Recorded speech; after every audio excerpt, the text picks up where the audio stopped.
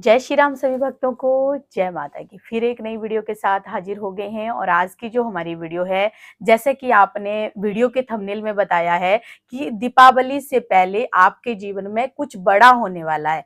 क्या ऐसा बड़ा होने वाला है, क्या बदलाव होने वाला है? आज की वीडियो इसी विषय पे है, अंत तक बने रहना, तभी आपको सारी वीडियो समझ में आएगी। अगर वीडियो अच्छी लगती है तो लाइक करें, शेयर करें, कमेंट करें। चैनल पे पहली बार है तो चैनल को जरूर सब्सक्राइब करके रखिए ताकि आप तक जो है वीडियो की नोटिफिकेशन सबसे पहले ही पहुंच जाए। चलिए शुरू करते हैं आज की वीडियो। जय श्री राम। जय श्री राम, जय श्री बालाजी महाराज, जय माता की। दिवाली से पहले कुछ ऐसा बड़ा होने वाला है या कुछ आपको दीपावली पर कुछ प्राप्त होने वाला है। देखिए, सच्चाई है, प्राप्त होता है, अवश्य होता है। जो कार्य आपने किए हैं, मान लो श्राद्ध पक्ष के दौरान, नवरात्रि के दौरान, या नवरात्रि में आप जो भी कर रहे हो, या पूजा पद्धति जो भी मंत्र का जाप कर रहे हो, मंत्र की आप कृपा प्राप्त करना चाहते हो, तो आप स्वयं सोच के देखिए, जब यहाँ से दशहरा, ये जो दशहरा आएगा, अभी आपको पता है कि श्राद्ध पक्ष टपे हैं, फिर दशहरा आएगा, उसके बाद जो 21 दिन के बाद जो दीपावली आएगी, तो कहीं ना कहीं उन मंत्रों की शक्ति से आपको बहुत कुछ लाभ होगा, जिसकी आपको पता भी नहीं, आप कल्पना भी नहीं कर सकते। माना जाता है कि जब हम कोई भी मंत्र का जाप करते हैं, कोई भी मंत्र का आह्वान करते हैं, तो हमारे शरीर के इर्द गिर्द एक ओरा शक्ति कायम हो जाती है। वो हमें दिखाई नहीं देती है। जैसे कि मान लो आपने श्राद्ध पक्ष के दौरान भी अपने मंत्रों को नहीं छोड़ा, नवरात्रि में आपने उस मंत्र में पूरा जोर लगाकर अपने जाप की मालाएं की अनसंख्या मालाएं कर दी है, और दिवाली तक भी आप लगातार कर रहे हो। तो आपको पता है दीपावली कब आती है? अमावस्या की अघोर काली रात को ही दीपावली कहा जाता है, क्योंकि उस समय अमावस्या की अघोर काली रात थी, और हनुमान जी के माध्यम से जो दीप के हर जगह उजाले उत्पन्न हुए थे, तो हनुमान जी हर घर के रक्षक बनते हैं।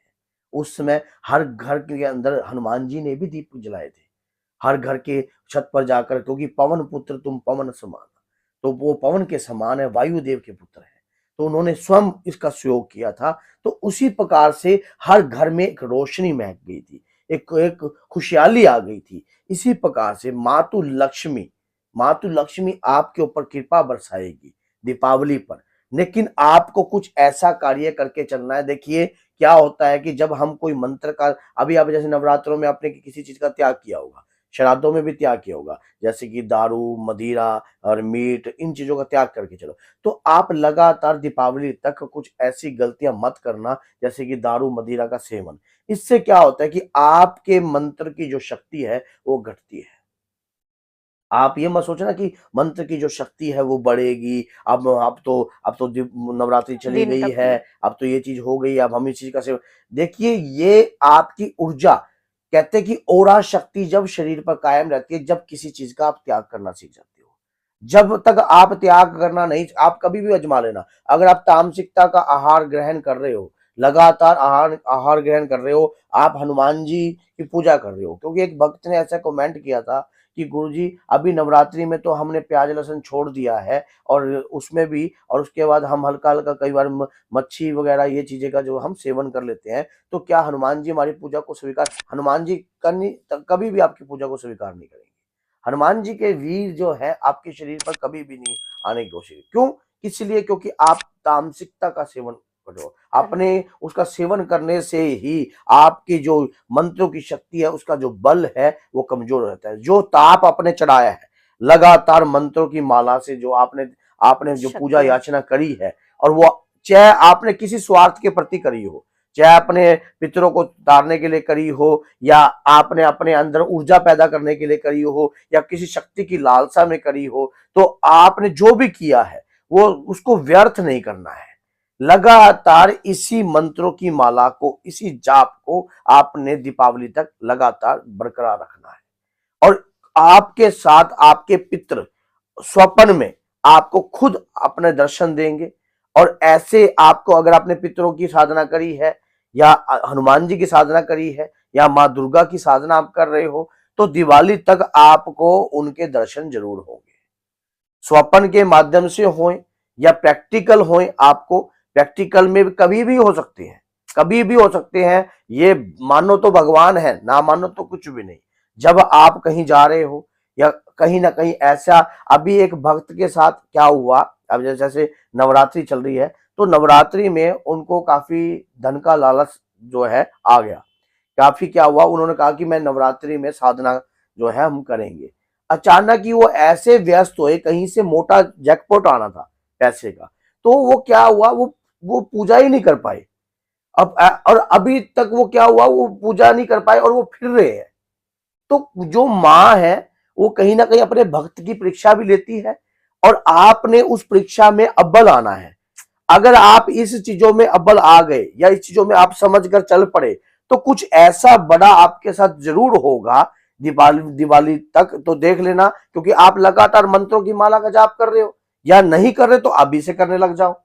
तो लगातार अगर आप जाप करते रहोगे, जाप करते रहोगे, जाप करते रहोगे, आपके शरीर के अंदर ऊर्जा उत्पन्न होने लग जाएगी। अपने आप वो ऊर्जा आपको कहीं ना कहीं फलीभूत करेगी। और दिवाली पे अगर कोई भी व्यक्ति आपके ऊपर तंत्र करने की सोचेगा, क्योंकि दिवाली का जो समय होता है वो अदल ऋतु परिवर्तन का समय होता है और अदल और बदल का समय होता है।